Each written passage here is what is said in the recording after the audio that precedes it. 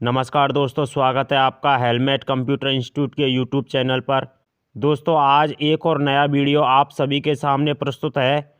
इस वीडियो में RSCIT book के महत्वपूर्ण प्रश्नों को लाया गया है ताकि आपकी बेहतर तैयारी हो सके, आप RSCIT एग्ज़ाम में बहुत ही अच्छी परसेंटेज के साथ पास हो सकें।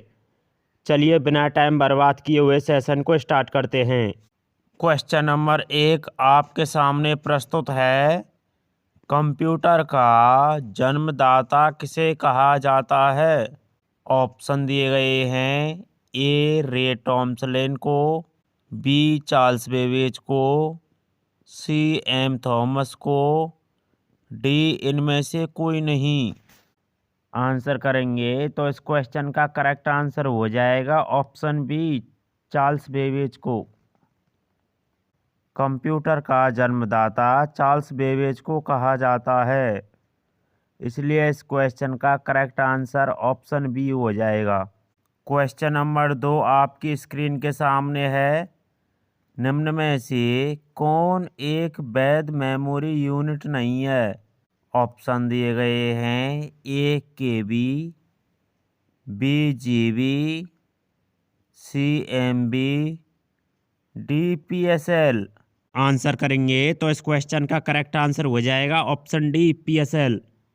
मेमोरी यूनिट के अंदर KB होता है, GB होता है, MB होता है, जबकि मेमोरी यूनिट के अंदर PSL नहीं होता है। इसलिए इस क्वेश्चन का right answer option D, PSL हो जाएगा। दोस्तों, सेशन को लाइक जरूर करें। क्वेश्चन नंबर 3 है। सेव एज के लिए कौन सी फंक्शन कुंजी है? ऑप्शन दिए गए हैं। ए F1, बी F7, सी F9, डी F12। आंसर करेंगे तो इस क्वेश्चन का करेक्ट आंसर हो जाएगा option D, F12। Save as के लिए F12 फंक्शन कुंजी का यूज करते हैं, जबकि F1 का यूज हेल्प के लिए, F7 का यूज स्पेलिंग को चेक करने के लिए और स्क्रीन की ब्राइटनेस को कम करने के लिए F9 का उपयोग किया जाता है। क्वेश्चन नंबर 4 है। खाली जगह कुंजी दाएं तरफ से अक्षरों को मिटाती है।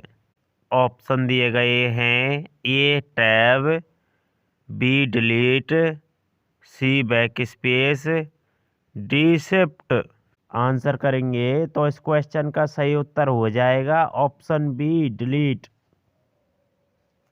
दाईं तरफ से अक्षरों को मिटाने के लिए डिलीट कुंजी का उपयोग किया जाता है। बाईं तरफ से अक्षरों को मिटाने के लिए बैक स्पेस का यूज किया जाता है। क्वेश्चन नंबर 5 है। एक वेब ब्राउज़र होता है।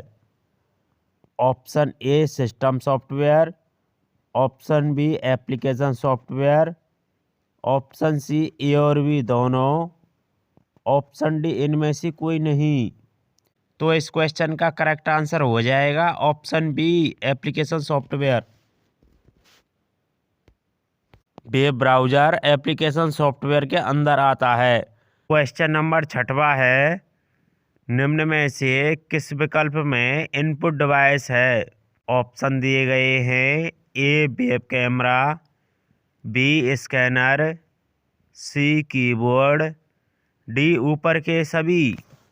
तो दोस्तों, वेब कैमरा, स्कैनर, कीबोर्ड, ये तीनों ही इनपुट डिवाइस के उदाहरण हैं। तो दोस्तों, इस क्वेश्चन का करेक्ट आंसर हो जाएगा ऑप्शन डी, उपरोक्त सभी। क्वेश्चन नंबर 7 है। सेलेक्टेड लाइन को बोल्ड करने के लिए किस शॉर्टकट कुंजी का प्रयोग किया जाता है? ऑप्शन दिए गए हैं। ए Alt+B, बी Ctrl+B, सी Shift+B, डी इनमें से कोई नहीं। आंसर करेंगे तो इस क्वेश्चन का करेक्ट आंसर हो जाएगा option B, Ctrl+B। Selected line को बोल्ड करने के लिए Ctrl+B का यूज किया जाता है, इसलिए इस क्वेश्चन का करेक्ट आंसर हो जाएगा ऑप्शन बी, Ctrl+B। प्रश्न नंबर 8 है। कंप्यूटर मॉनिटर पर किसकी मदद से कर्सर को घुमाया जाता है? ऑप्शन दिए गए हैं A joystick, B mouse, C scanner, D speaker. तो दोस्तों इस क्वेश्चन का करेक्ट आंसर हो जाएगा option B mouse. Computer screen पर कर्सर को एक जगह से दूसरी जगह पर लाने के लिए माउस का इस्तेमाल किया जाता है, इसलिए इस क्वेश्चन का correct answer option B mouse हो जाएगा। क्वेश्चन नंबर 9 आपकी स्क्रीन के सामने है। कंप्यूटर के फिजिकल डिवाइस को क्या कहा जाता है? ऑप्शन दिए गए हैं A social site, B editing software, C hardware, D ऊपर के सभी। तो दोस्तों इस क्वेश्चन का करेक्ट आंसर हो जाएगा ऑप्शन सी हार्डवेयर। कंप्यूटर के जितने भी फिजिकल डिवाइस जैसे monitor, speaker, printer, scanner, keyboard, ये सभी हार्डवेयर की श्रेणी में आते हैं। हार्डवेयर उन्हें कहा जाता है जिन्हें हम छूकर महसूस कर सकते हैं। क्वेश्चन नंबर 10 है, ब्रेन ऑफ कंप्यूटर किसे कहा जाता है? ऑप्शन दिए गए हैं ए सीपीयू को, बी वायरस को, सी स्कैनर को, डी फेसबुक को। तो दोस्तों यहाँ पर इस क्वेश्चन का करेक्ट आंसर हो जाएगा ऑप्शन ए सीपीयू को। यहाँ पर ब्रेन का हिंदी अर्थ है मस्तिष्क, यानी कि कंप्यूटर का मस्तिष्क सीपीयू को कहा जाता है। प्रश्न नंबर 11 है, ईमेल के जन्मदाता हैं। ऑप्शन दिए गए हैं A Jerry Yang, B Larry Page, C Ray Tomlinson, D इनमें से कोई नहीं। तो दोस्तों इस क्वेश्चन का करेक्ट आंसर हो जाएगा ऑप्शन सी रे टॉम्सलिन को। ईमेल के जन्मदाता रे टॉम्सलिन को कहा जाता है क्योंकि 1971 में इन्होंने ही ईमेल प्रोग्राम को विकसित किया था। क्वेश्चन नंबर 12 है, ई कॉमर्स का तात्पर्य है। ऑप्शन है ए एक वायरस, बी इंटरनेट पर व्यापार, सी एक इनपुट डिवाइस, डी एक सॉफ्टवेयर। आंसर करेंगे तो इस क्वेश्चन का करेक्ट आंसर हो जाएगा ऑप्शन बी इंटरनेट पर व्यापार। कंप्यूटर पर जब हम कोई वस्तु का लेन देन करते हैं तो उसे ई कॉमर्स कहा जाता है। प्रश्न नंबर 13 है, खाली जगह उन सभी वेबसाइटों और पेजों को दिखाता है जिन्हें हमने पहले देखा है।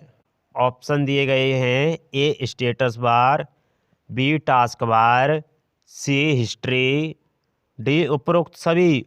तो इस क्वेश्चन का करेक्ट आंसर हो जाएगा ऑप्शन सी हिस्ट्री। हमारे द्वारा जितनी भी वेबसाइटों और वेब पेजों को सर्च किया गया है उन्हें हम बाद में हिस्ट्री में देख सकते हैं, इसलिए इस क्वेश्चन का करेक्ट आंसर हो जाएगा option C history. Question number 14 है, जब आप विंडोज़ 10 में एक नया फोल्डर बनाते हैं तो उसका डिफ़ॉल्ट नाम होता है।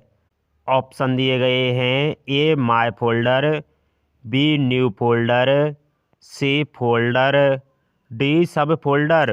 आंसर करेंगे तो इस क्वेश्चन का करेक्ट आंसर हो जाएगा ऑप्शन बी न्यू फोल्डर।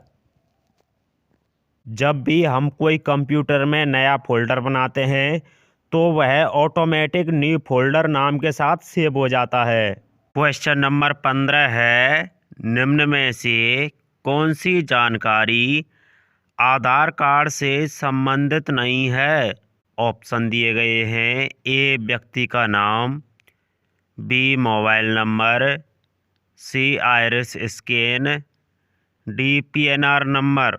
तो दोस्तों यहाँ पर आधार कार्ड के अंदर व्यक्ति का नाम होता है, मोबाइल नंबर होता है, आँखों को स्कैन किया जाता है, लेकिन यहाँ पर जो पीएनआर नंबर है इसका उपयोग ट्रेन की वर्तमान स्थिति को जानने के लिए किया जाता है, इसलिए इस क्वेश्चन का करेक्ट आंसर हो जाएगा ऑप्शन डी पीएनआर नंबर।